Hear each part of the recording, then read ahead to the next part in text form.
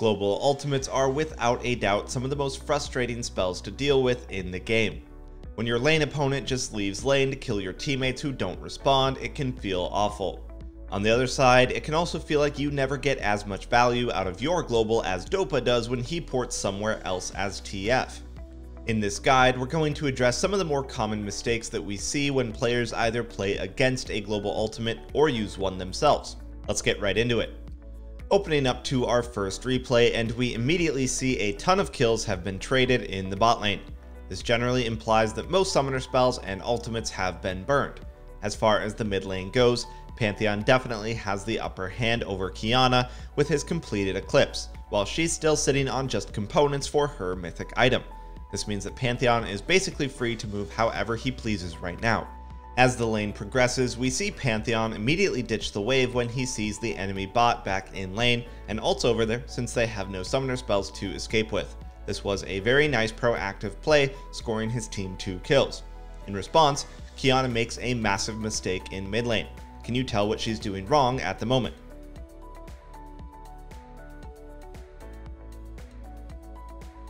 Let's actually come back and answer that once we see the consequences of her actions.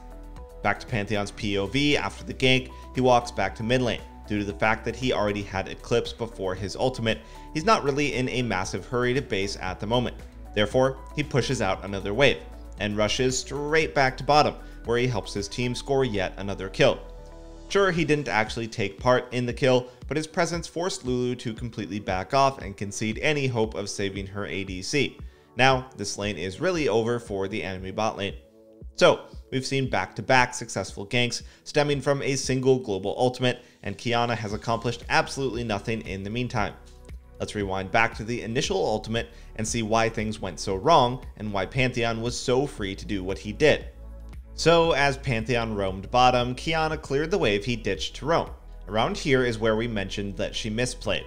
One of the first things that you want to consider when your opponent roams with or without a global ultimate is a cross-map play on the other side of the rift. Unfortunately for her, Singed wasn't in lane at the time, and you're not going to dive a full HP Singed anyway, so there's nothing for her to try and do in topside. The mistake that we hinted at earlier is definitely staying here in lane to clear this extra wave. Let's break down why. When someone in mid roams, what can usually occur is a period of uninteractive back and forths between both laners. The player left in mid pushes in the wave, then they do their own roam or recall, etc. Then the initial roamer comes back to an empty lane, pushes the wave, then goes off to do their own thing once again, while the other player comes back, pushes the wave, goes off, etc, etc. This won't go on forever. Eventually both players will settle back into mid, but it is a pattern that can occur very often with global ultimate roams. As Qiyana, you don't want that to happen. Pantheon is very strong at the moment, and you want to prevent him from freely roaming around the map. Thus, taking this extra wave was bad for a couple of reasons. At the time, Qiyana had 700 gold in the bank before she started clearing this. Then, when she recalled, she only bought a cloth armor, boots, and a control ward. Clearly, she didn't need the extra gold before basing. Had she just recalled immediately, she would have matched returning to lane at the same time as Pantheon. She would still be losing the matchup, but he couldn't freely roam a second time to kill her bot lane again. It's okay if your opponent gets a kill with their global. You sometimes just can't prevent them from doing that, but you can definitely prevent them from reganking your team by trying to match up when you're both back in lane, so your opponent has to actually interact with you if they want to leave again. Alright, moving on, let's take a look at a mistake the global user made this time around. So far, TF is laning very well and has Fizz quite chunked. His good laning is rewarded by a gank from Hecarim, which puts the enemy Fizz out of his misery, giving TF a massive lead in mid after he pushes this wave out and resets. After he comes back to mid and clears the wave at his tower, TF is going to make a huge blunder very soon. As any mid laner, but more importantly as a champion with a global, what is something very important you should be thinking about at this point in the game? The 5-minute level 6 wave is the correct answer here. This incoming wave is the one that will generally grant you level 6, which means that your future wave control should be based on how you're going to interact with this wave. Initially, he was doing fine. He was just last hitting the wave, which is good. You want the incoming wave to pile on this one to create a nice slow push that you can then crash. But notice how he's not doing that, which is a massive mistake as a global ult user. This is one of your strongest points in the game, where no one else on the map is likely level 6 while you are. He has 3 corrupting potions, the bone plating rune, and a lead from the earlier kill. He should not be respecting Fizz this much. This hesitation causes problems, as he looks to ult toward top lane. Without crashing the wave, this kill on Nunu won't be nearly as beneficial as it could have been. While TF did that, Fizz appropriately reacted by just freezing mid. Yeah, TF helps get a kill in top, but he's also losing XP and gold in mid, which mitigates a lot of that advantage. After the Nunu kill, TF immediately teleports toward bottom to try and kill Twitch. But even if he got this kill, it would not have been worth it for him.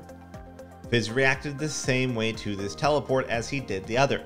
He left the wave frozen in mid, which means that even if TF got the Twitch kill, it wouldn't have made that big of a difference. We constantly discuss this, where roams while a wave is freezing away from you are horrible and not at all worth it to go for. Fizz manages to kill both TF and walk back to mid where the wave was finally crashing into his tower. We're not here to say that you can't ever use your global while the wave is pushing away from you.